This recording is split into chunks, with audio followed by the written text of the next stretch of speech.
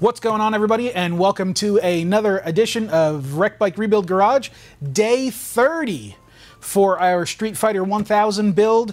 In today's episode, we are going to go back through the clutch system because it's dragging the rear wheel far too much. We need to figure out what's going inside of there.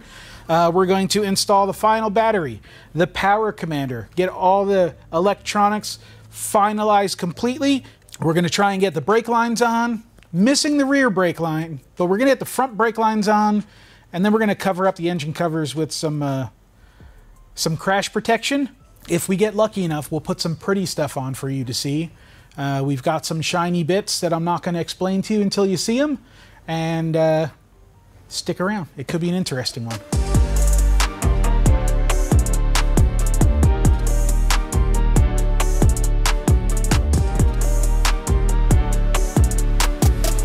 Hello everyone and welcome back to WBRG. We're at day 30 now. We're getting to some of the final stages. As you can see, it's starting to look like a complete motorcycle now. We are going to first off address our clutch issue. And if you didn't know that we had a clutch issue, just to show you what I'm talking about, we have our rear wheel up on a rear wheel stand. The transmission is in neutral, and when you give the wheel a spin, it stops almost immediately. So I have some extra pressure going on in the clutch pack because that didn't do that when the clutch wasn't in the engine. So we're going to crack open the clutch, see where we've got something going on, and get it back together the right way. And then we're going to move on to bigger or smaller and better things. So let's get this clutch cover off and see what we got going inside.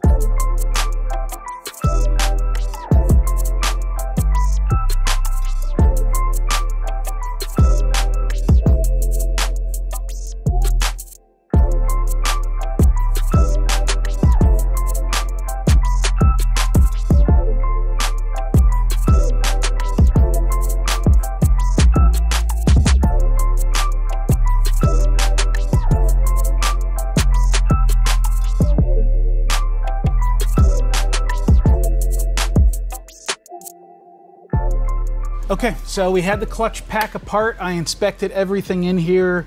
As I was taking it apart, I kind of lost track of which way my judder springs were laying. So instead of messing around with it, I just went straight back to the manual, laid everything in the way the manual says it's to be laid in. And now I have a good setup. I can turn the engine. The wheel has a tiny bit of drag on it. Mind you, the clutch plates are pretty dry. They are brand new, so they're really nice and thick. So you have a tiny bit of drag on the wheel right now, but pretty happy about that. So I'm going to clean up the inside of the clutch cover. I'm going to clean up the edge of the engine case, put some more sealant on it, and put the cover back on and reseal everything back up. One step closer.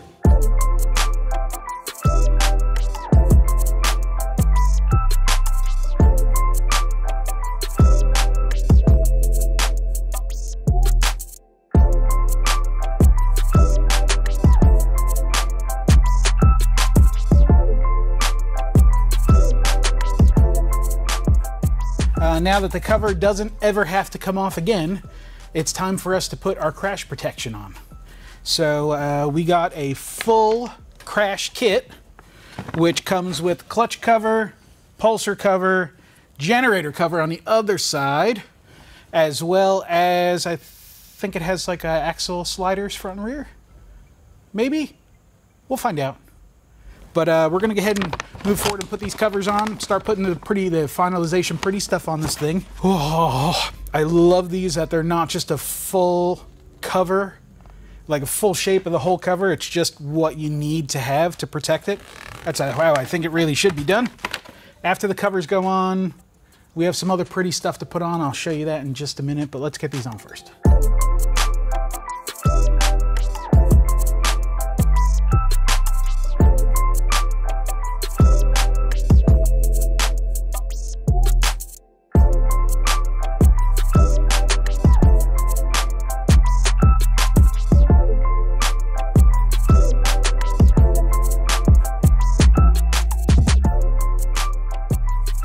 Our engine protection covers are on. We have one for the clutch part of the cover, What did they call this? The reluctor?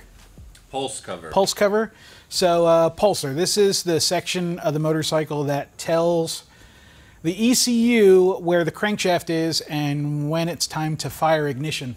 But we have two separate, they kind of look like little bikini covers. They only cover just what they need to. Kind of like it. Same thing on the other side, covers just what it needs to. If you drop this thing, this is what's going to hit the ground, and you don't have to add any extra weight to it that you don't have to. So these are really, really nice. Glad they're on. That means that we're getting just that much closer, and now we get to move on to some more pretty stuff. I don't know if you guys are ready for this, though. Do you guys know what's in here? I know some of you know what's in here, but this is our next installation.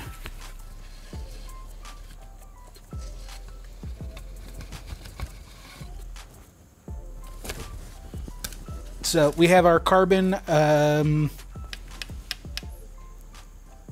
guess it's a rear fender. I forget what the hell they call these things. They have like a weird name for them.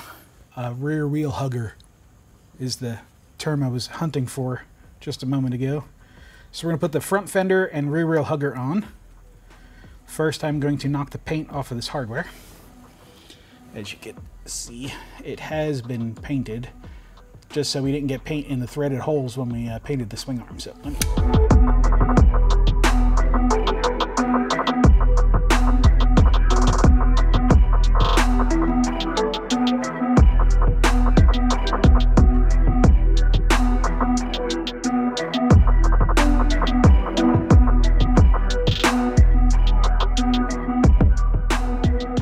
So chipping away at this bad boy a little bit at a time.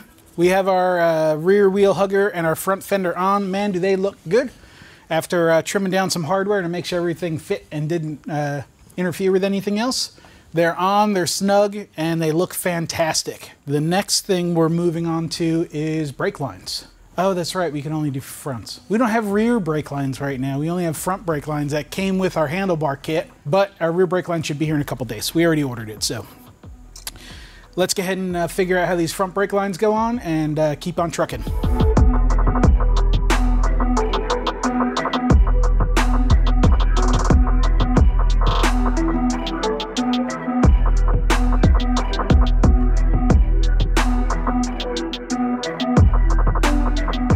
I thought it would be safer to try and get some sort of performance map into the Power Commander and install it onto the machine before we tried to start it. I'm also thinking that we have no fuel in the shop right now, and the fuel that is in the tank is, I'm sure, very rotten.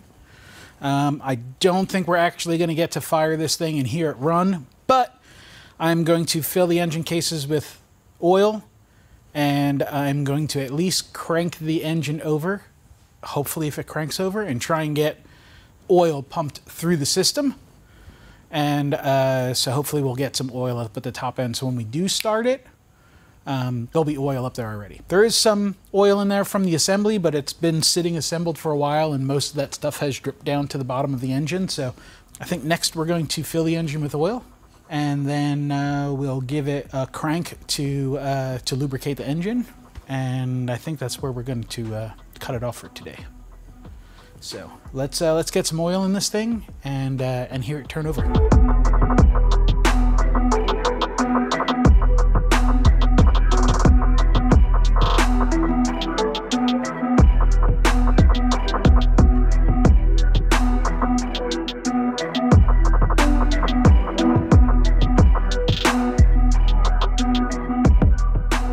Okay, so we just checked oil level. It's got 3 quarts of oil in it.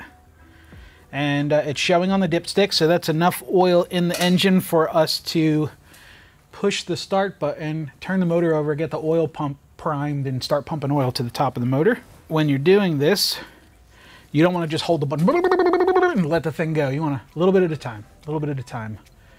Get stuff oily, a little bit at a time, a little bit at a time. And then once you get it turning quite a bit, you can kind of hold it for a second or two. You don't want to hold that button for too long because it puts a lot of strain on the starter, the battery, and that stuff. So let's see if this thing will turn over.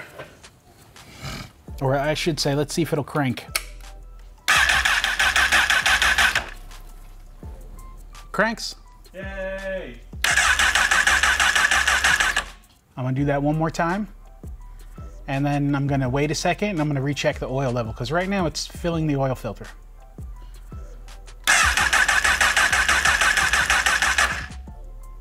You know what I just noticed? The rear wheel stopped spinning. That means that the clutch is nice and oily now. Yeah, that's a good sign. All right, I'm gonna let this sit for a minute. I'm gonna recheck the oil level, add some oil to it. I smell it. Can you smell it? It smells like motorcycle's been cranking. I would really like to fire this thing for you guys, but not sure that's a great idea before going through the fuel tank. I just don't want to drop it on and plug it in with some nasty ass, super old, rotten fuel through this brand new pristine engine. Not a good idea. Don't think I'm gonna do that to this bike. Whether you guys want me to or not gonna do it to the bike. All right, still showing a little bit of oil on the dipstick, which is good.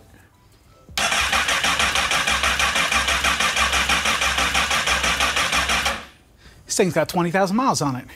This thing has got 0 miles on it.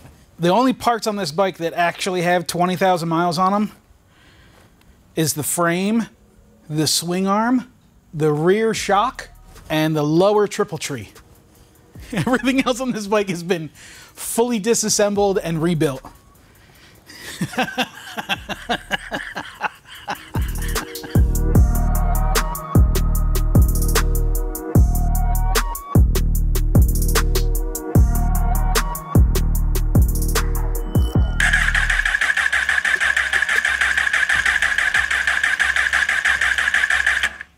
I don't like that. We should be getting oil here, and we're not. And now I have to look into it and see what might be the causes of that. We've already been through the whole motor. It has a new oil pump, pickup screen, all the piping, the O-rings, everything in here is new. We should be getting oil pressure here because it goes from the pump straight to the filter and then from the filter off to everything else. So we may not even be getting oil up to the top end right now. Okay, we're stopping right now and I'm gonna look at some stuff. There it is. I burped it. So this will be my proof if it's pumping oil or not. We'll check the oil level, crank it, and then check it again and see if it drops. Okay, so it's just over the high mark.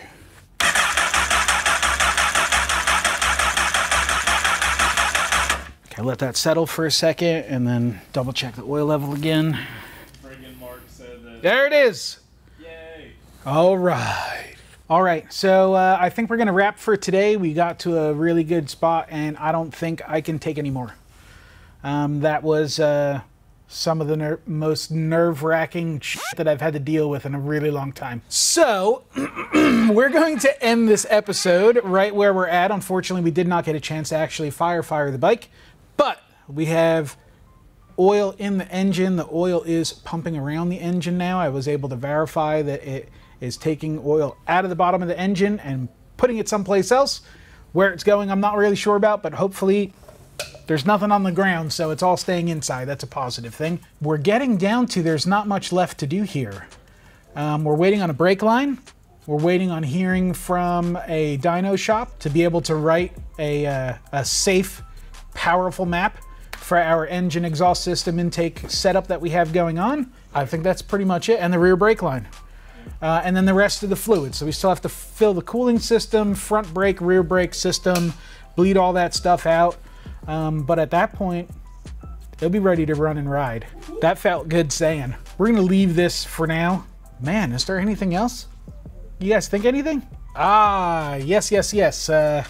Our seat is currently at the upholsterer, getting made pretty much from scratch once again, another scratch made part. So we're just that far away. What was it? It was we need to have the seat installed. We need to get the gas tank installed, cleaned out, filled with fresh fuel, and then all the fluids filled on the bike, brake fluid, coolant, set the engine oil, then we can run it. Once we get this cranked up, we're gonna send it off to dyno and have a nice map written for it so we can break the engine in for the next owner. We need to fit some sort of intake, really small intake duct and a grill to cover the outside to make sure, you know, your engine doesn't gobble up bugs and birds and trash from the road and anything else you may be riding through. So we do still have some pieces to put on this thing, but we're getting very, very close. Thank you guys again for joining us for another episode of Wreck Bike Rebuild Garage.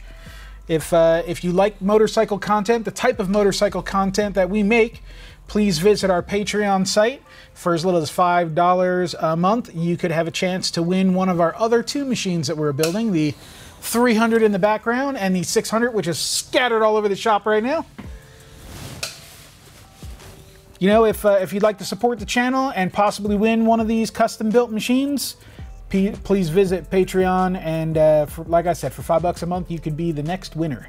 Like, share, subscribe, notifications, all that stuff. I don't do any of that stuff. All that stuff, and we'll see you guys on the next episode.